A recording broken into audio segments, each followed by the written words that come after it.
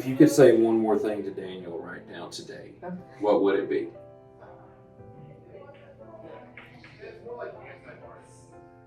That I'm not angry with him. I forgive him and I think about him every day and I just still love him so much. And that will never go away. Thank you so much for being here. Yeah, thank you for having me. First of all, can you tell us your name and a little bit about the warrior that you're honoring today? My name is Natalie Brett. My husband is Sergeant Daniel John Brett. He was in the United States Army and he was an MP and he did a 15-month tour in Iraq for Operation Iraqi Freedom. He also did 2-year stints in Korea, South Korea. And he was just amazing, wonderful husband, father, and overall human being. Okay. So what was Daniel like and how would you describe Daniel to someone who never met him? He was amazing. He would give his shirt off your back. He would do anything for anybody. He had the biggest heart. He loved hard. He loved his family. He took care of his mom. His job, he would do his job plus everybody else's if they were slacking. He was just very much a giver and a lover and a fighter and just, he loved his family just as much as he loved serving his country. How did y'all meet? Can you tell us how you met him? And actually, we have known each other since we were 13 in junior high. We were both in band together. He played football. We were just friends. He was actually my first big ever crush that I ever had. So we'd gone through junior high together, went through high school together. We graduated high school in 1998 from Sam Houston in Arlington, Texas. We both kind of went our separate ways. He got married, I got married several times each, had a bunch of kids, and after both of our second divorces, we hooked up on Facebook after he got back from his second tour of Korea, and he was actually stationed at Fort Leonard Wood at the time. And he came home for a visit one day and just asked if we want to go hang out as friends, and it was literally fireworks and love at first sight. And after the 2 weeks leave that he had, it was like, okay, we're doing this, we're gonna be together, we're gonna get married. It was very quick. Okay. When you talk about Daniel, what are some of your fondest memories of Daniel that when you think about it just makes you smile, just gives you positive memories about him? Obviously our wedding day was amazing. We both had a hand in that, and he was very active in the wedding planning. It sounds kind of crazy, and I even put this in the tribute at the funeral, but just it was simple stuff like him mowing the yard, like just I don't know, that was sexy to me. Just mowing the yard, and I don't know, we did a lot. We didn't do big extravagant things, but we did small things, like we'd go to the lake, or we did a lot of things, and it was just the small things. Now we kind of get into the raw and emotional part. Yeah. Because we really want to, learn more about your struggles, the emotions, and hopefully we're hoping that veterans alike and widows going through some of your same circumstances, maybe we can bring some light and information to them. So what was life like after losing Daniel to this epidemic? Like immediately, how did that affect your life? What was your person? Of course, a big financial thing. I was pretty much a stay-at-home mom. I had like a little side hustle cleaning business that was just kind of for extra money. But of course, the big financial, he was the breadwinner of our family. And then losing a spouse is completely different. You lose your partner, and when you get married, you bond and you lose half of yourself. You lose half of your identity of what you had became when you got married. You go from a two-person and a parent household with the chores and the parenting and all that to a one-person household and taking all that responsibility on yourself, which is very, very stressful. And the emotional, just, again, it's an everyday thing where I go to bed by myself and think about him, wake up by myself, think about him. It's a whole different scenario when you lose your spouse. You know, and just the physical and the love, and that you lose all of it. Yeah. If you're okay with it, can you walk us through like some of the last communication that you got to share with him? And or did you see any signs that there were struggles there? Yes. The couple weeks before, I knew he was struggling with some work stress. He had just started a new job. He worked for Marriott and started a new job at another Marriott hotel that they were fixing to open, and there was a lot of stuff going on, and he was struggling and having a lot of stress with that. He was getting blamed for a lot of things that weren't his fault.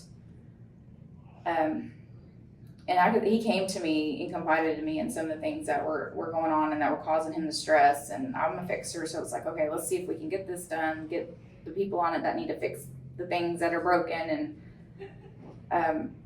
but I know he wasn't telling me the whole story, not all of it. He didn't want to burden me with it. And so yeah, I saw the struggle. I mean, I saw, and some of the, looking back at it now, the signs that I saw were a change in his sleep pattern. He wasn't working out. His work schedule had changed. It went from like, he didn't have to be at work until 8 o'clock in the morning to where he had to be up at 4 o'clock in the morning to be there at 6. So a change in the work schedule, which then led to the change in the sleep pattern, then being so tired, he then wasn't working out. So it was kind of a snowball effect. So that was the biggest signs. And again, he did come to me and confided in me, like, I'm not doing okay, I'm struggling. But we had already been through a lot of struggles together, so I didn't see deeper into that meaning. I was like, okay, you know, get this hotel open, we're gonna be fine, we'll get through this. But that wasn't the case. And I harbor a lot of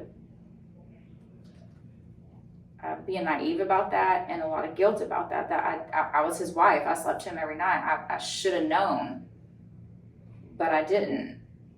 Right. Well, so what was some of the last communications that you got to talk to him before you lost him? We had just were texting that morning about just some random stuff. My daughter had a doctor's appointment, so I was in and out of the doctor's office, in and out. It was a very chaotic morning, just in general. We were going to lab to get her blood drawn and back to the doctor's office, and just a lot of things that were wrong. And he was texting me. He was just in general texting me, and I'm like, hey, I'm still in the doctor's office. He's like, okay, babe, I love you. Just call me when you get done.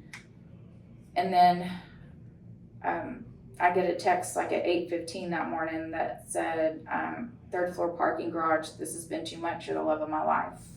But I didn't get, because I had no service being in that doctor's office, I did not get that until a couple hours later when I had gotten service back. And I looked at it and I was just like, what's going on? Like it didn't comprehend what it truly meant. I was like, it is downtown Dallas. I'm like, oh my God, what's going on in the parking garage? I mean, there's homeless people down there. And so I'm like, is there something going on? It didn't trigger in my mind that this was something to worry about. He always told me he loved me. So that wasn't, and I know we just had the conversation about the stress at work. So I didn't put it all together. And was that, by the time you received the text, was it too late by then? Oh yeah. I mean, he had sent the text and then turned around just minutes later. But he had actually tried to call me right before. And I didn't answer because I just told him, hey, you know, like it was like at 7:50 something. I just sent him a text saying, hey, I'm still at the doctor's office. He texted me back, okay, love you, baby. And then 15 minutes later is when he texted me. So clearly, you know, now your life has changed significantly. What are some of the specific situations, like after the event, that you remember the most being the hardest? Like some of those memories.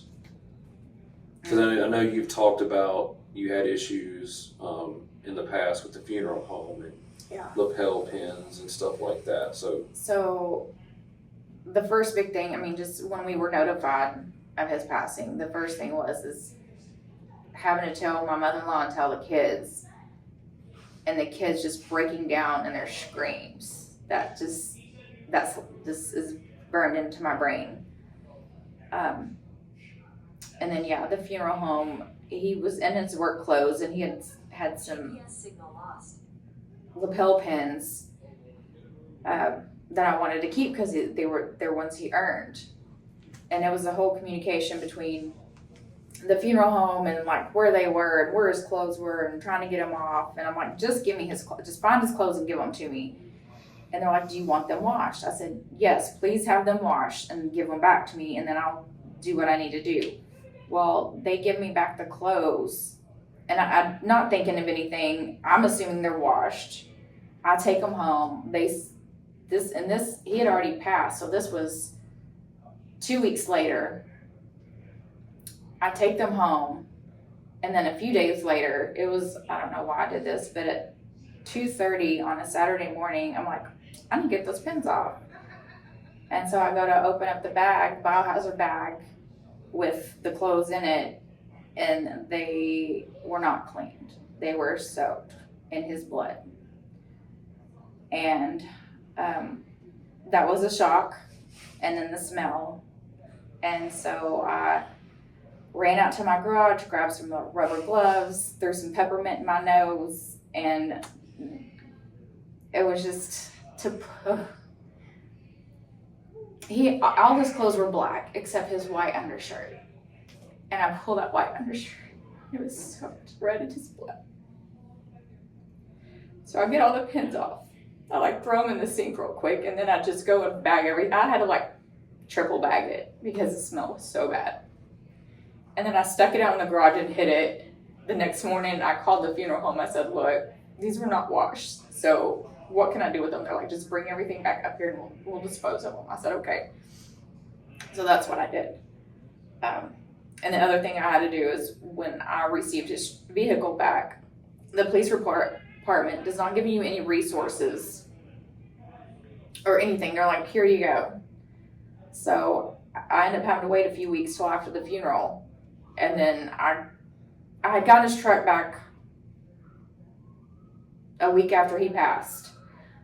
And when you get it back, it still says biohazard and the case number and all that, and bags over the seats and just everything else. And so when I did get it back, I had to clean it myself. Or it had been $1,500 an hour, and they would have just ripped everything out. And I would have been responsible for putting it all back together, and I didn't have that kind of money. So even in that moment, that difficult moment, why did you choose to clean the truck and keep it?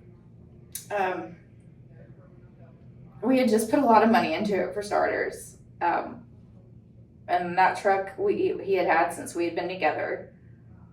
And I look at it that, yes, something bad happened in it. A one-time bad thing happened in it, but we had so many good memories. We drove that truck home from our wedding, and we took our date nights in that truck, and we took trips in that truck. And in that, I feel his presence in that truck. I mean, 2 years later, it still smells like him. So it's being in that truck and driving it, it's like a big hug from him. So it's a positive memory for you. Yeah. When you feel like you're far away from him, you can go be close with him. Yeah. Okay. And so we talk about all this, and clearly, how has the loss of Daniel changed you, as a person? A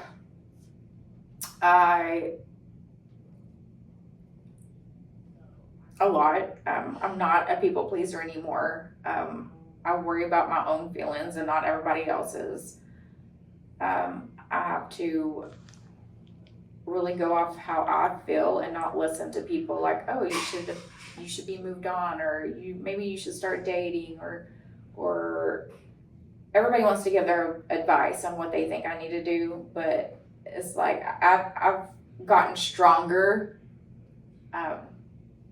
in my own feelings, and to be able to, I guess, set people in their place. Like, no, this is my life, this is how I feel, and this is what I'm gonna do. I don't care if you like it or not. This is me. And when you get into this, yeah, people want you to move on, or people want you to do this, but they want you to only do it on their terms or what they feel you need to do. And I'm like, no, that's not how I'm living. I'm gonna live how Natalie wants to live. If you get upset, that's fine. Right. So his loss has made you put boundaries in your life. Very much so. And maybe and protect your own identity more now than ever. Yes. Okay. And then, so you're dealing with this loss. What are the moments that started helping you regain some kind of hope? Like, we understand days are hard, but on the good days, what are some of those moments that gave you positive hope that for you to continue? Just knowing that I'm one of the only people that can keep his memory alive and continue his legacy. Because when I start slipping into that dark place, because that does, especially the first 9 months, I've thought about taking my own life several times a day. And then I would just have to think about, like, I'm the only one that can do this. Right. And then that's kind of where I got involved with TikTok and Green Star Families, and working with Matt, and really being able to try to help and find my purpose of helping other families that are going through the same thing, and to help give them resources or advice or whatever we can do to help them. Okay. So you talked about keeping his memory alive, and that's your purpose now. What are some of the things that you do to do that? You know, what are some of the things that give you the abilities to keep his memory alive that you enjoy? I do a lot of traveling with different, like here, I'm here in Webb City with this, with the Hope for 22 Day and the Cruisapalooza, and we're doing the 22 chairs. One of those is, we're honoring my husband.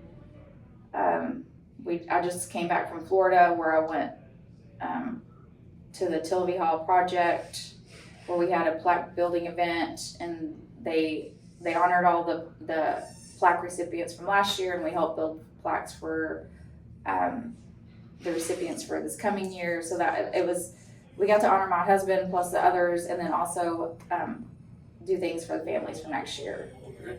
So as you look behind you and you see that vest, what impacts do you think, like, the Heroes in the Sky program that we're trying to do, how do you feel the impacts?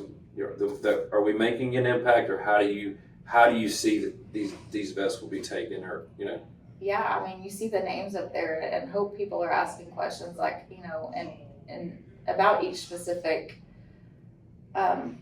service member on there and what they've done. And the families, again, I do everything I can to make sure his name is out there and it's not forgotten. Right. And if it's, a name on a vest, or, a name on a chair, or a name on a flag on a car at Tivoli Hall, I mean, I push and push and push to put his name out there everywhere. Right. So we've talked about the families and what they go through, but I just want to introduce some statistics that you clearly are aware of, but maybe our viewers aren't. Yeah. So when a mother loses a child to suicide, she is 2 times likely to die by the same fate. Yeah. Unfortunately, when widows like yourself lose a suicide, especially female widows, when they lose a warrior to suicide, you are 3 times more likely to die by the same fate. Yeah. And so we want to highlight those statistics, and that's the point of this Deterrence Through Truth, is for, one, you to tell your story, to keep his memory alive, to give you some purpose, to show you that you're not alone, that we're thinking of you, and people need to hear your story. Yeah. Right? So saying that, what do you wish people better understood about grief after losing someone to suicide, from those looking in? Be gentle. Don't push your thoughts onto somebody that's grieving. Let them just be them, and let them do them without judgment. Just be there to support. At this point in my journey, I don't get checked on. I don't, by family, by close friends. I've lost friends. I've had to push family aside push family away just because the response I get from them when I talk to them is too detrimental on my own health.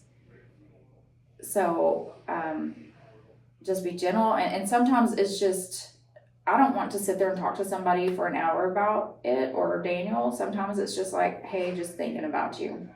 Right. That as simple as that. You don't have to get, and wording. Right. The wording's the big thing. I've gotten, oh, well, he's in a better place, or you'll be okay, or this is a big one, you're so strong, you'll get through this. Strong people break. Strong people break. Well, so thank you for everybody for watching. We do, we're not going to apologize for the raw content. That's the purpose, is to show the true struggles of what these families go through and why we need to dedicate more resources to this cause. But so if you want to learn more about Green Star Families of America, please visit the website that she just mentioned. If you want to learn more about Heroes in the Sky, you can go to www.heroesinthesky.org, learn more about our mission, and watch more of these deterrence videos with families who are going through the grief process.